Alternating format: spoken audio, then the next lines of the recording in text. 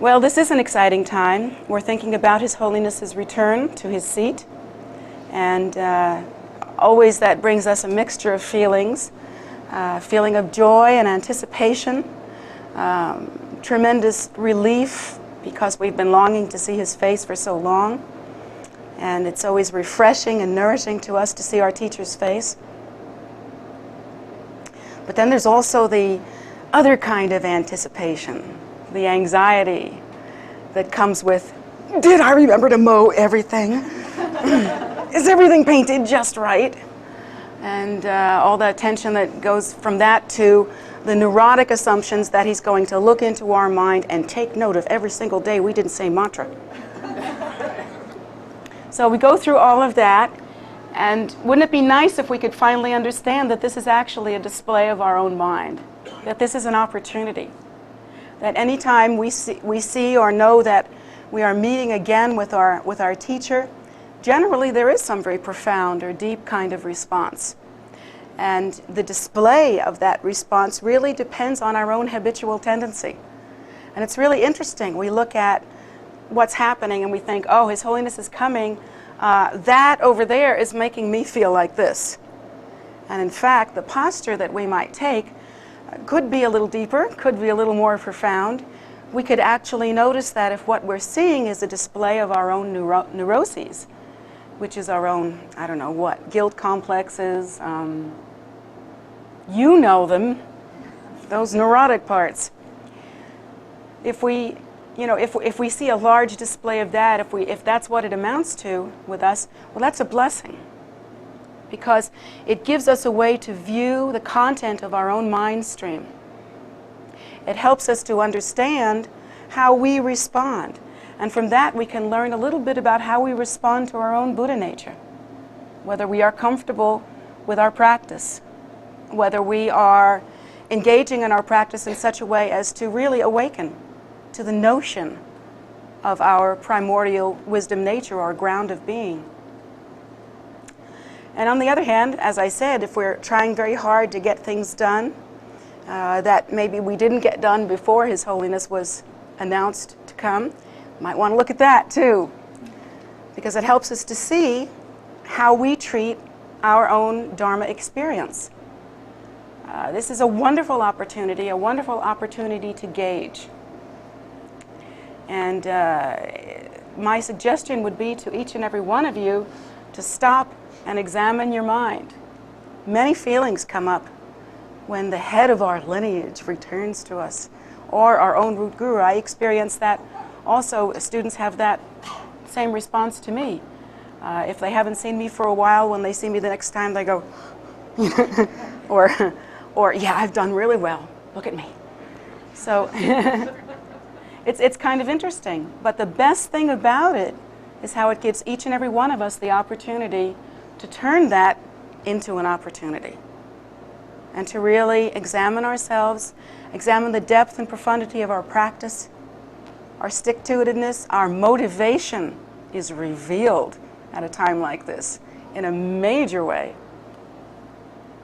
And if we find that we're satisfied with ourselves, well, that's a great blessing. And if we're not satisfied with ourselves and we see that we're reacting in a strange or neurotic way, that's also a great blessing if you utilize it and turn it into a blessing. So that's a piece of advice from my heart in dealing with the return of one's teacher. Having been through it myself a number of times, I can speak to you from direct experience. It's a tremendous opportunity to really become more comfortable with yourself as a practitioner, more deep in your response to the path and your own experience, and I hope that you'll utilize it as such. For those of you that are new, well, you're pretty lucky. You're pretty lucky because for you this is a brand new experience, and it's kind of like a new romance. It's all lollipops and roses and all that kind of stuff. The work comes later, just like any marriage. If this is your first experience and you're not that familiar with His Holiness, then I beg you to make use of this opportunity. He is a living Buddha. He doesn't say that about himself, but I say that about him. And so do many, many other people. He's considered to be a living Buddha. He is, if you have seen in this temple and in this place one photon of light, then you have to think that he's like a million suns. That's how vast his wisdom and compassion are. And he is a miracle to behold. It's just amazing to even see someone of his capacity alive on the earth walking with 2 feet. He does walk with 2 feet.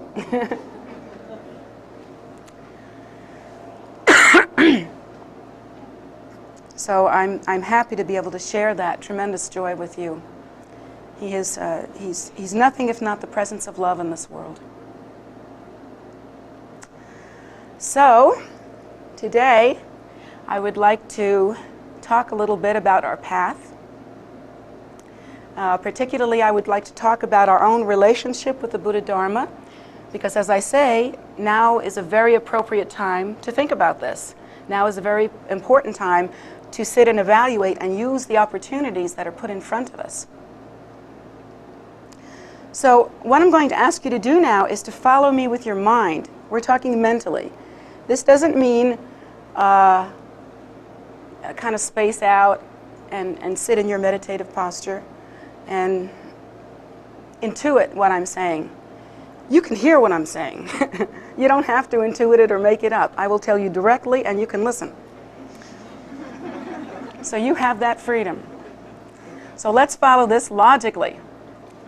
And whatever else is going on, let's just leave it a little bit, because it's important to experience the logic that one has to experience in order to turn the mind to Dharma, in order to prepare oneself for such an experience as His Holiness's visit.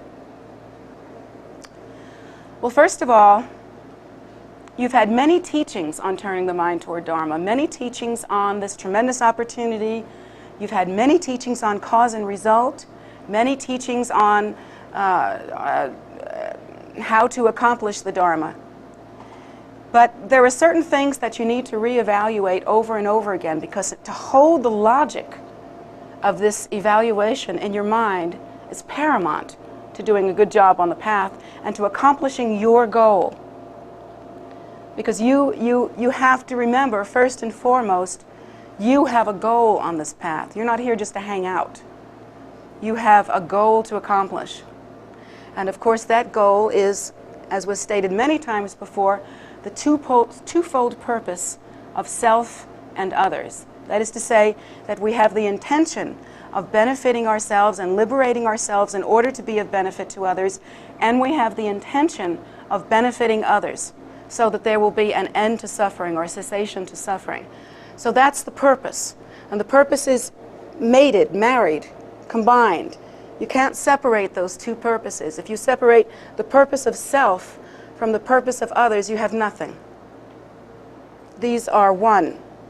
And if you, for yourself, wish to eliminate suffering from your own experience, if you wish to exit samsara, abandon cyclic existence, and awaken to the primordial ground of being, that naturally awakened state, then in order to do that, you have to accomplish the path, and it cannot be done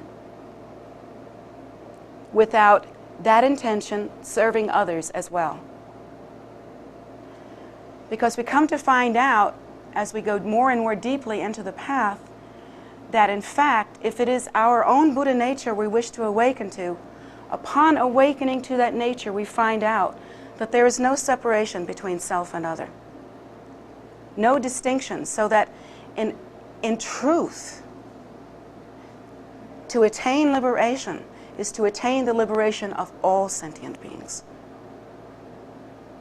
To realize, to awaken to one's nature, is to realize indisputably that there is no separation, that there is no distinction between oneself and others. So then it would be pretty much impossible to think of a way to honor one's own goals on the path of liberation without honoring the goals or the needs of others as well and equally. And then beyond that, there is the logical understanding, and again, this is not something you need to intuit, this is logical, that if I come to that place in my logic, in my innermost development, and I'm really understanding that, then I have to look around only at this room.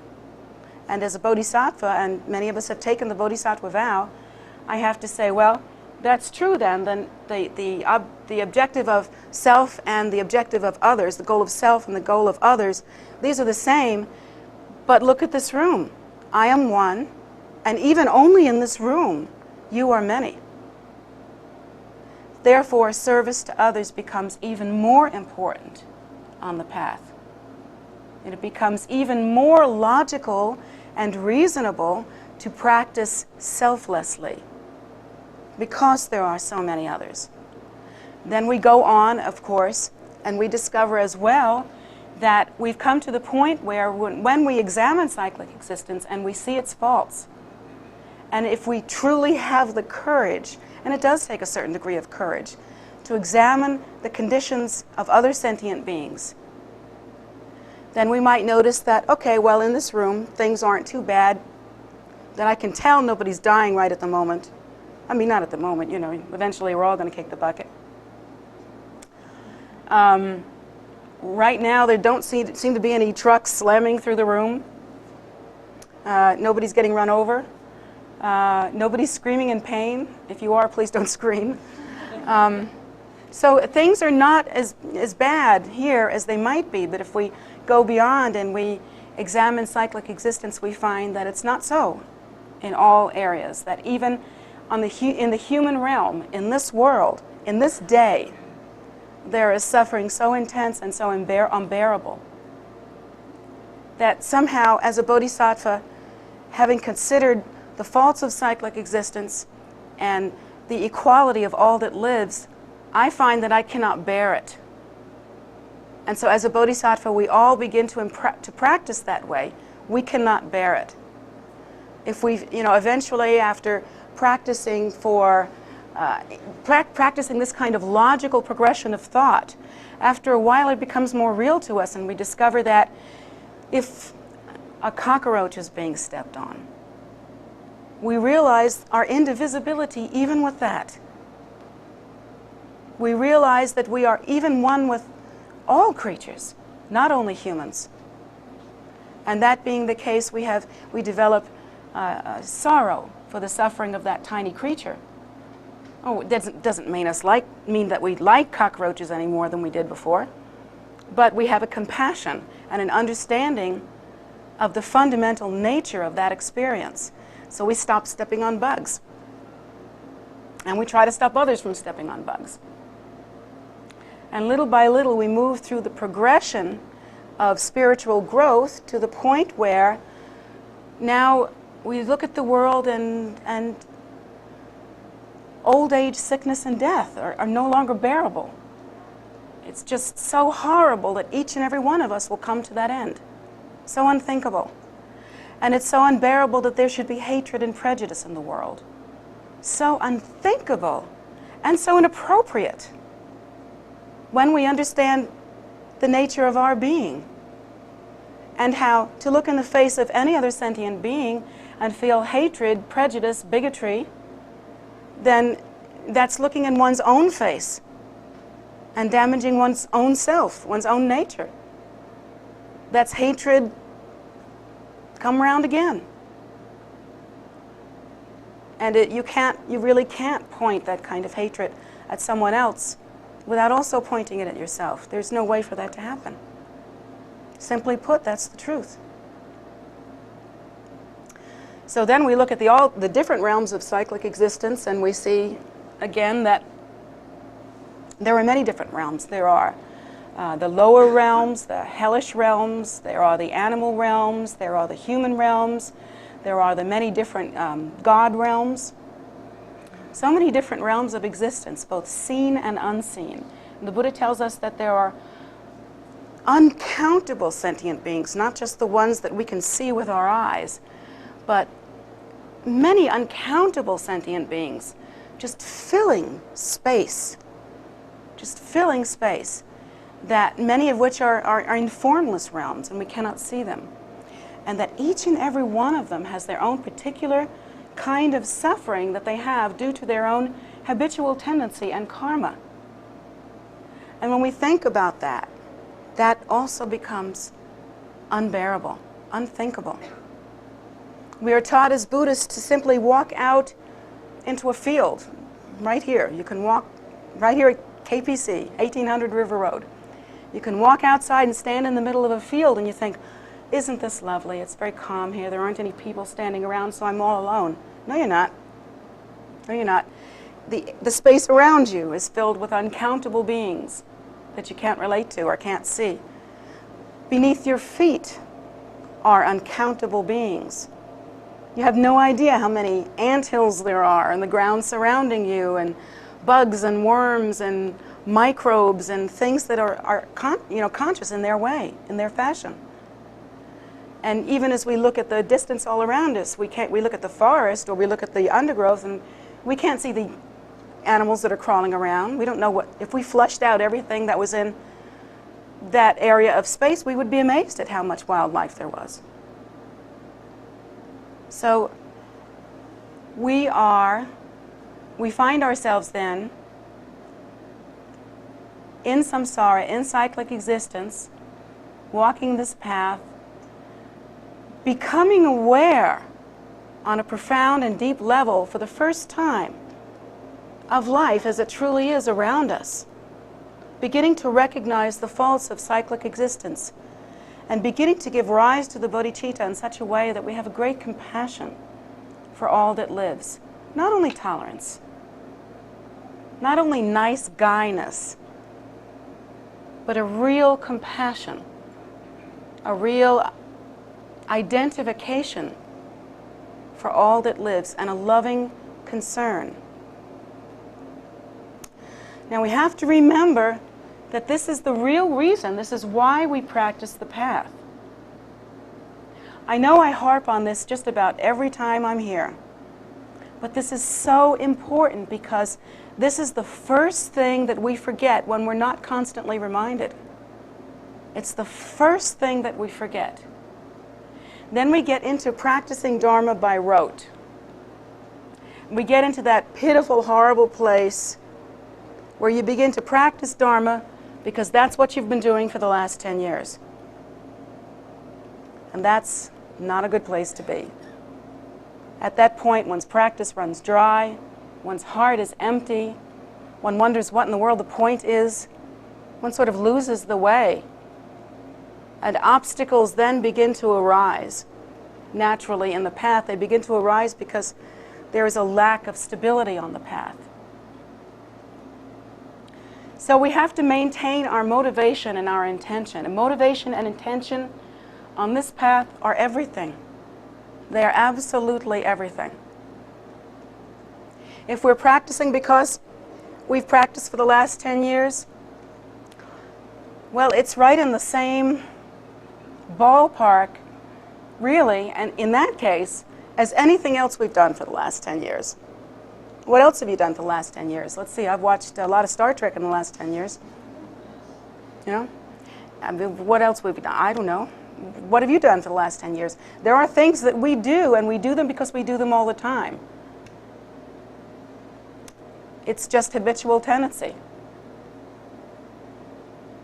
It's like that old joke about the daughter asking her mother, why do we cut the end off the pot roast? Mom didn't know. Her mother did it, and her mother before her did it. And come to find out, the real reason is why Grandma's pot was too small.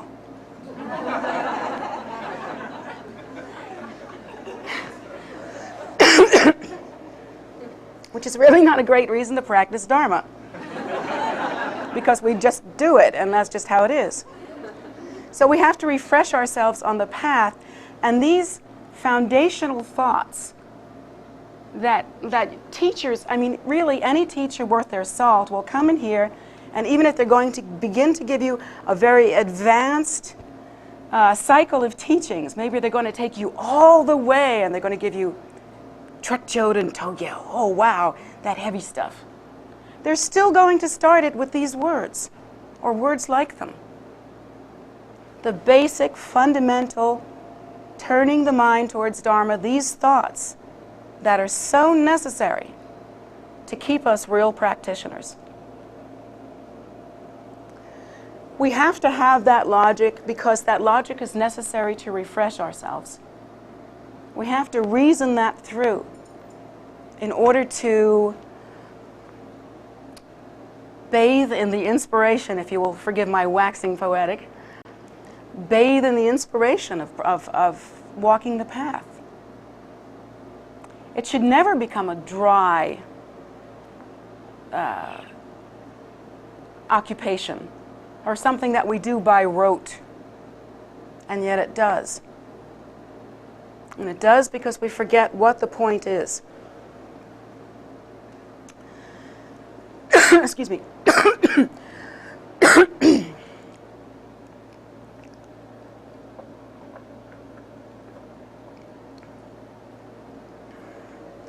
So, then let us examine again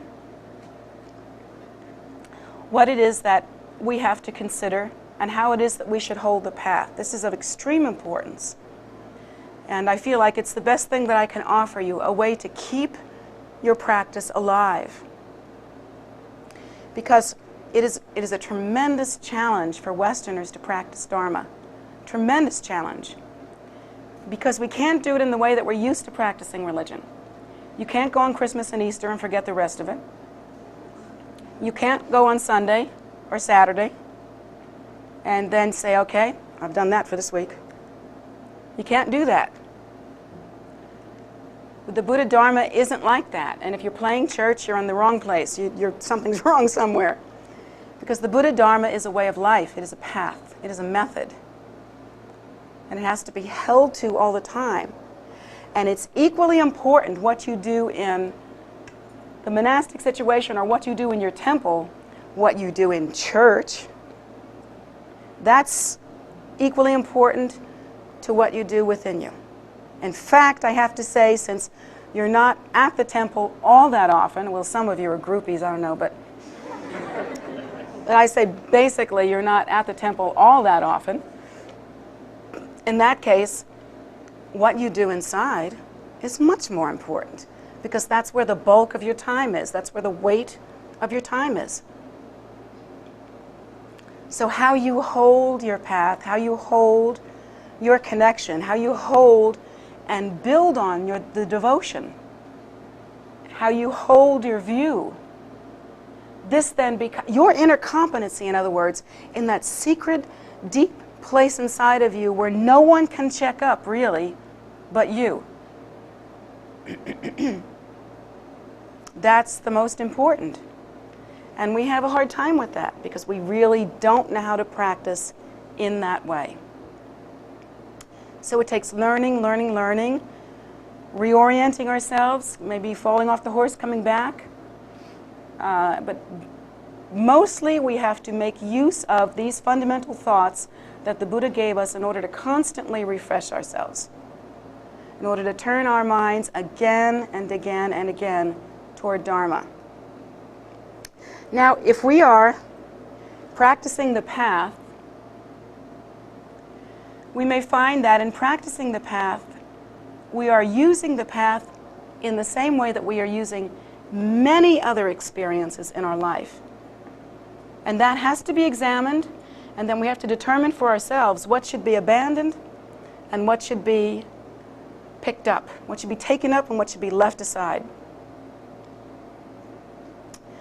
Because if we are using the Dharma in the same way that we use other experiences in our lives, it will be, unfortunately, as ordinary as those other experiences. And yet, Dharma is not ordinary. Now let's define ordinary. Okay, ordinary comes from, ordinary are those things which can be found in the wheel of death and rebirth, which can be found in cyclic existence. So no matter how amazing it might seem, like you might think of, I don't know, the World Trade Center or the Mars, the little, that guy. That guy that's over there. I think about that, and that to us sounds pretty darn amazing, doesn't it? But everything that made it up came from samsara, right? All the raw materials, all the ideas came from ordinary sentient beings. Pretty hot stuff, but ordinary.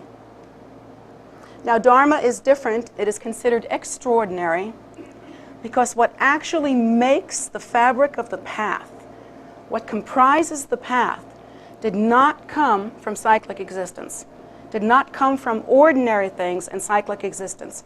Maybe the paper it was written on. Okay, I'll grant you that because I know some of you are there going, I know. I'm human too. But the path itself arose from the mind of the Buddha after he had attained enlightenment. And so then, after some time of practice, the Buddha then brought the path in the form of teaching and turning the wheel to the earth and made it available to others. But it was through the force of his realization that this was possible. And it was from the primordial ground of his realization that the path naturally arose. So in a way, you could say, well, definitely, you could say that the ground of being, our primordial ground of being, which is our nature, our awakened nature, that is the seed of the gift of Dharma. And then you examine Dharma itself and you see that it is a path or a method arising from this extraordinary source. The result of this path or method is an extraordinary result which cannot be gotten any other way other than relying on that fundamental ground of being, that seed of enlightenment. The result of the path is enlightenment also. So the seed or the ground, the method or the path, and the fruit or result, they are the same. They are the same, and that is the Buddha. That is how Buddhahood is made up. It arises from itself. In a way, another way to put it is to say that if you want to grow an apple, you have to rely on an apple seed originally in order to make a tree, in order to make an apple. And the seed and the fruit are always consistent. So Dharma is not ordinary, but we have miraculously, being the incredibly talented people we are, found a way to use Dharma in an ordinary way. We are so resourceful. It's just a wonder, isn't it? So we have found a way to use Dharma in an ordinary way. We often collect Dharma. This is something that we've spoken of many times. There are those people that make the Dharma scene. They make the Dharma scene. No, and they make sure they make the Dharma scene. Every opportunity that they get, they have a list, probably tattooed on their arm somewhere, of all the high lamas they've received initiations from, and they can't wait to find another Dharma practitioner that they can drop those names on. And they utilize Dharma in that case sometimes to become even more egocentric and self-serving than they ever were before, which is really a shame when you think about it. And the tragedy really belongs to that person, not to anybody else. Dharma isn't damaged, but that person is damaged. And so we collect Dharma as though it were some sort of fine and fancy garment. But inside, we practice Dharma in a hollow way. Like there's no heart. There's no heart for it. Lost is the idea that all sentient beings are equal because we're too busy looking down our nose at the ones that don't have those fancy empowerments. So what happened to the equality of all that lives? Where'd that go? Out the window. And we are so myopically interested in our ego and all of its qualities, like this great intellect that we have, and we're just like really examining just constantly in a myopic way, comprising that picture of our spiritual selves. You know, we're just making it up, just pasting it together and making it so pretty and nice. And in order to do that, you have to get lots of empowerments and follow lots of high lamas around. And you have to be able to say that you've got this just right and that just right. And also you have to be able to kind of look down your nose and purse your lips when you're doing it. The practitioner look. As opposed from which is different from the saint look, which is what everybody thinks I should have. The saint look is, which I refuse to do because you can't see my eyeshadow.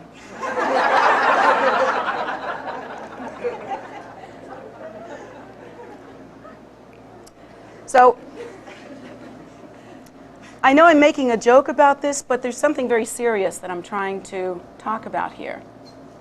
And that is, utilizing Dharma in this way is a terrible shame. It's a tragedy. Because what is singularly and uniquely precious and pure in the world, what is this incredible golden ship that we can cross the ocean of suffering with, this phenomenal, pure endeavor, this pure reality that has within it the way to bring about the cessation of suffering, we are using as though it were garbage, as though it were anything else.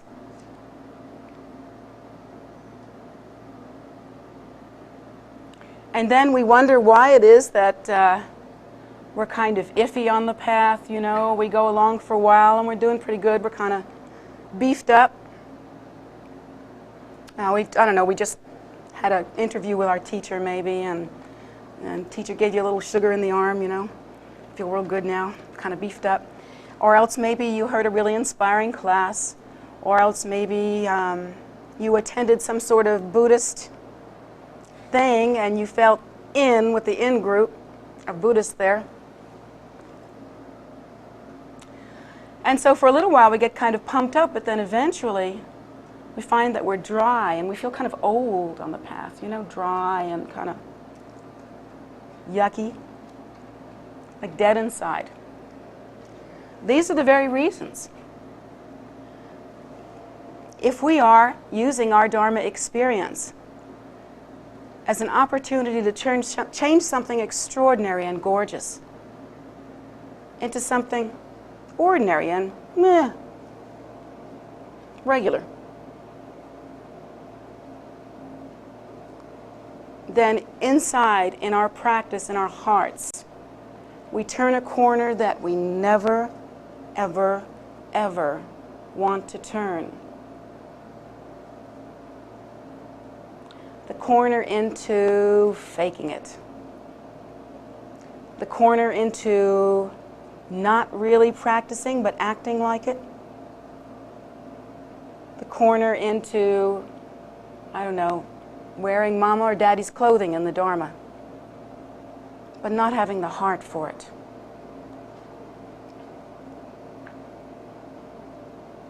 These thoughts of the preciousness of the three precious jewels, of the cause and conditions inherent in samsara, of the sufferings of samsara,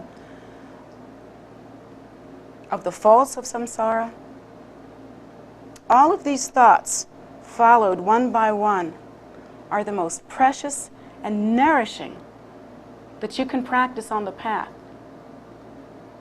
Even though you'll go on to higher teachings, even though you can get downright smart and academic, if there's no heart for practice in that way, the result won't be much. Because you can learn excessive stuff anywhere. You know, you don't have to go to a Buddhist temple to do that. You can learn excessive stuff in any university, You could even go to community colleges and learn excessive stuff. It's a lot cheaper there. You can just be an excessive stuff collector and research it on your own.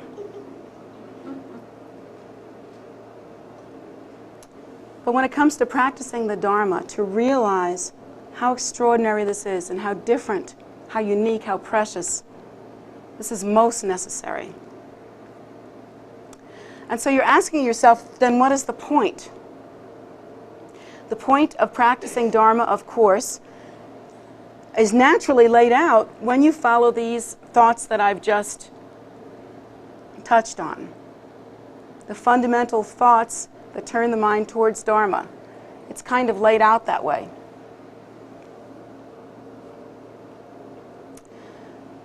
To understand the preciousness, to understand how rare an opportunity is, to understand how needed it is. It's kind of laid out naturally in the path. It's up to us to go back and rework it, and keep ourselves new and fresh. The best way to practice the path is humbly, not arrogantly. And should you come to the point where your knowledge is such that it now allows you to become arrogant, you have failed. You have failed on the path. If on the other hand you come to the point that your knowledge is so great that you understand you know nothing, there you go. There you go. That's the way to practice. And the other thing that has to be remembered is, where is the success? Where's the success? Is it in the book where you write down how many accumulations you have? Is it on your mala that has a marker and it goes to show how many you did? No. The success is in you, within you. And the success is measured by watching the change in your habitual tendencies, the increase in your good qualities, and most of all, the pacification of the poisons. Hatred, greed, ignorance, pride and arrogance, jealousy, selfishness. All of these qualities gradually over time in our Dharma practice will begin to change. If we're not seeing a change, then we have to go back, reason things through from the beginning, and walk through the whole process again, so that we can remember why we're doing this and practice accordingly. It's not enough to meet with the high teachers and get the high empowerments and practicing a practice that has a high name to it. That's just not enough. Then you're treating Dharma like something ordinary. You're graduating from, I don't know, the Volkswagen bus you had when you were a teenager to a Jaguar convertible. Which is nice. It's nice to have a Jaguar convertible. However, I mean, I'd like one. If any of you wants to buy me one, go ahead. So, it's nice to have a Jaguar convertible, but it's only a thing. It's just an object. And if your practice of Dharma is like that, and you're going through these different phases in order to get yourself more and more educated on it, if you're going through a kind of collecting process or a dry, I'm not really here with it kind of process, then under those conditions you're treating Dharma as very ordinary. Now remember, if you will, that the seed is always consistent with the fruit. That's one irrefutable fact. Can't change that. Even the Buddha himself couldn't change that.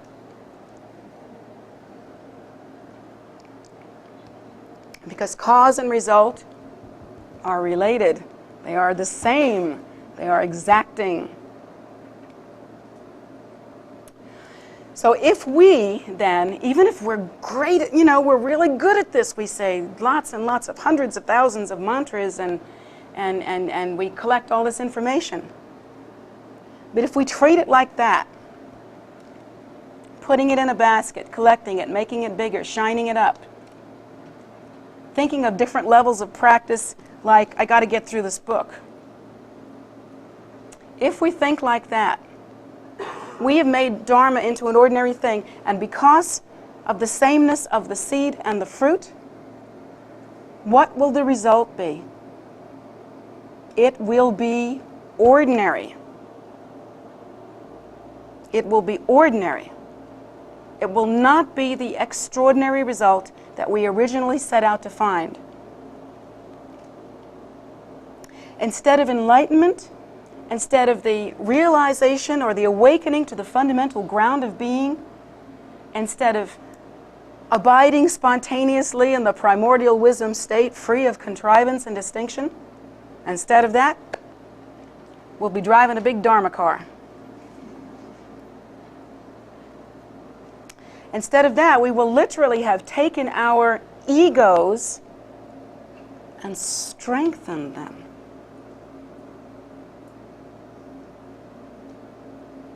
The heart to practice, the intention to practice purely, the awareness of cause and condition, the awareness of the plight of sentient beings, the inspiration from the heart to keep on going. These are the real treasures in Dharma. Again and again and again, I'm saying this, and I just don't know if I can be heard loud enough, but I'll tell you that in the past, there have been many great practitioners and many great scholars. And not all the great scholars accomplished very much in terms of benefiting others or in terms of making the world a better place, liberating beings. And there are many great practitioners that know all the bells and whistles. And the same goes there, but there are also those that in the past have been noted to be only simple practitioners. Om Mani Padme Hum, that's all. But with such love. Such, maybe holding the idea in their mind that they simply want to be a fountain of compassion. So we say that compassionate mantra, Om Mani Padme Hum, again and again and again, practicing to accomplish the twofold purpose of self and others. With that kind of heart. And these same practitioners, in many cases, are reported to have indicated that they were ready to make their transition, that they were ready to die, go into their home and ask not to be disturbed for 3 days. And then when the family comes in 3 days later, they find evidence that the person has attained the rainbow body, like nothing's left but the hair, nails, and clothing. There are many cases like that, many saints that were singularly unimpressive on the outside, completely unimpressive, with no arrogance or no idea to make themselves out to be saintly, with no, indication that they were fantastic and fine inside their hearts, because outwardly they just were regular. They just looked like regular old sloppy guys, goofy guys. Maybe they couldn't even read. Maybe they couldn't even recite too many prayers. They just didn't know them. But that intention, that holding the three precious jewels with such devotion and such pure view, that inspiration to practice for the sake of sentient beings and to never give up. This is the kind of power that Dharma has to transform. Couple that with being able to learn more and more in a progressive way, being able to learn extraordinary, profound techniques of generation and completion stage practice. Now that's the best of all worlds.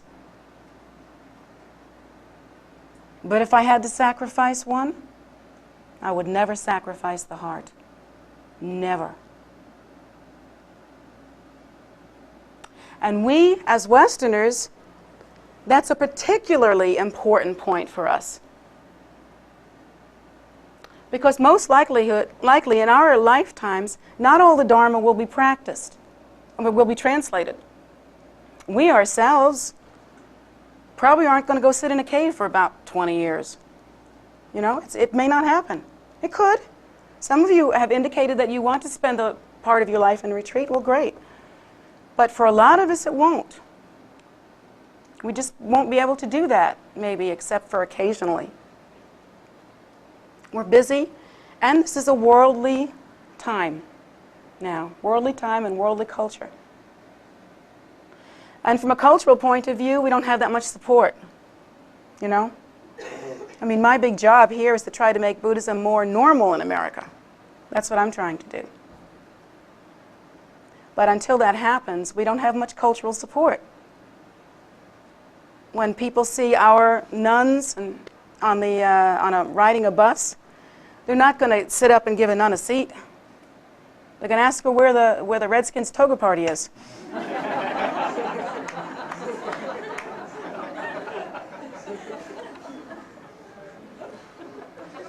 Prepare, you'll get it. You'll hear that question.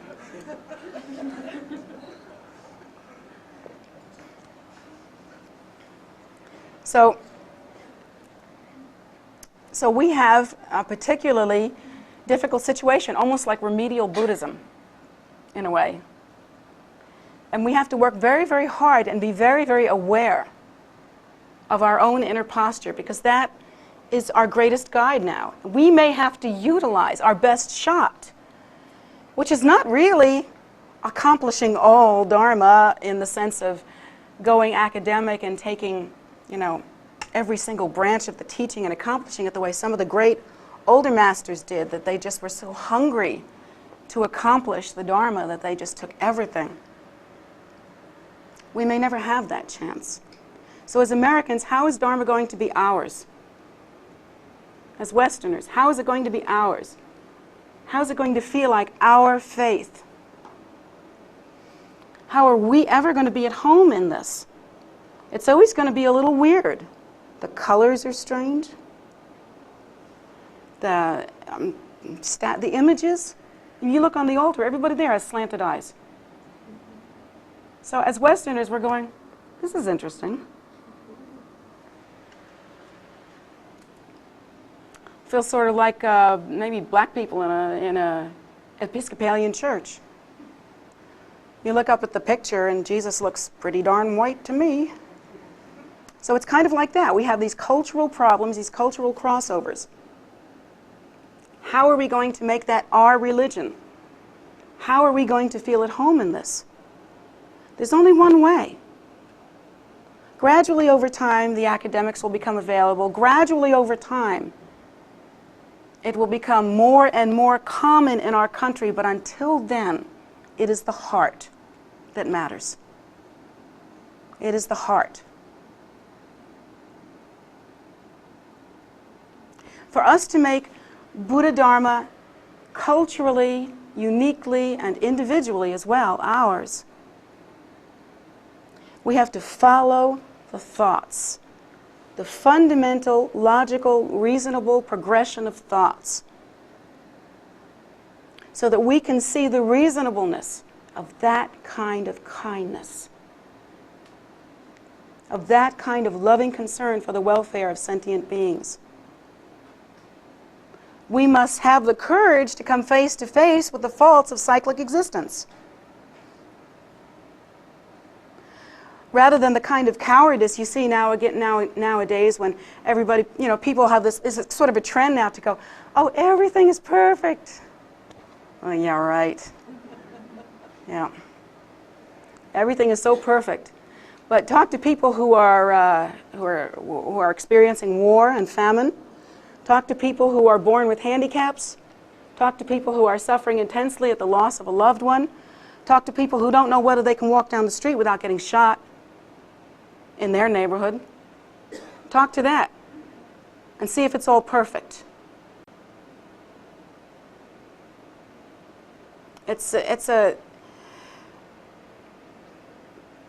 To put yourself in that kind of box, to lock yourself into that kind of, I don't know, what's the word for that? Daze. To lock yourself into that kind of daze is really kind of cowardly, kind of irresponsible. Because we also have the power to observe with our eyes the true situation, the situation of samsara. It is flawed and faulted.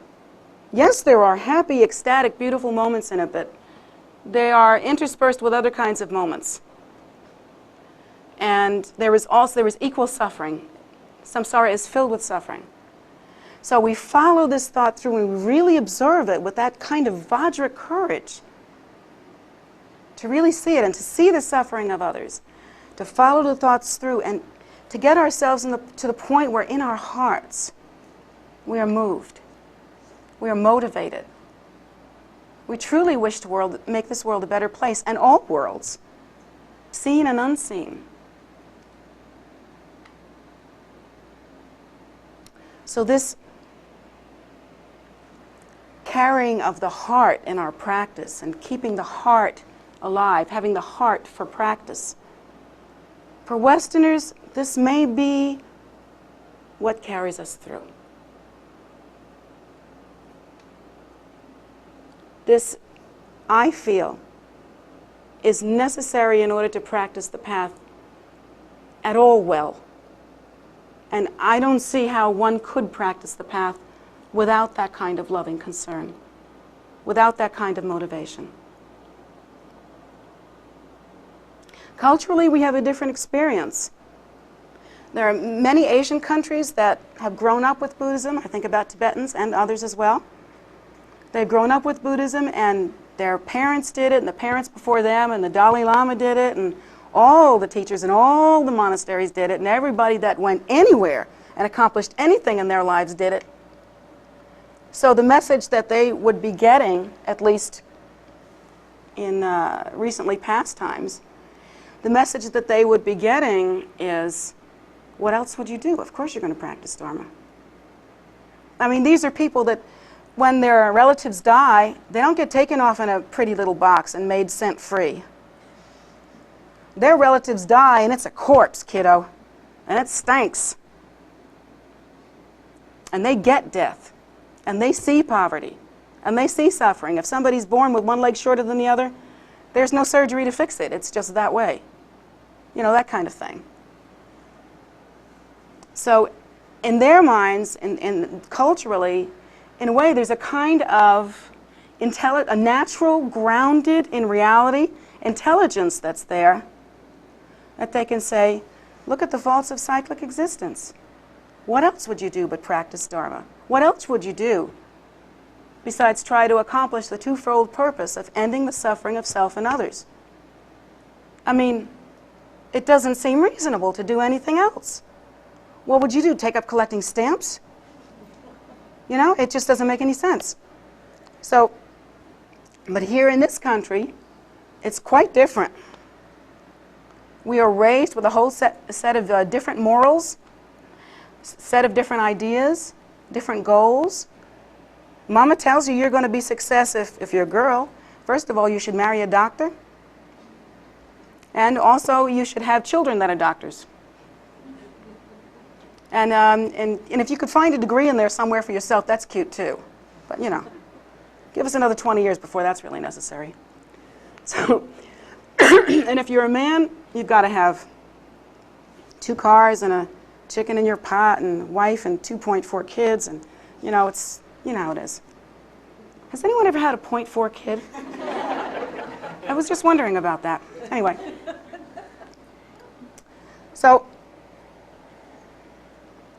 and we are told that if you get there first, and if you succeed, and if you're ambitious, and if you're powerful, and if you're strong, and if you build yourself up, and if you make your world like practically a celestial palace mandala around you, your ego, of course, around your ego, then you're a success. We just have a different place that we're coming from, and it's going to take some time. And the reason why I keep nagging on Westerners to develop that heart for practice is because this is what it takes for us. We don't come by this naturally. And for us to have been born as Westerners, we have to assume that this is our own personal habitual tendency. You can't really blame it on the culture. We're talking about interdependent arising. We're talking about mated causes that arise interdependently, cause and result. We have a certain habitual tendency, therefore we're born in a certain culture, not the other way around. So sorry. So it's very, very important for us to develop a sense of the nobility of our practice,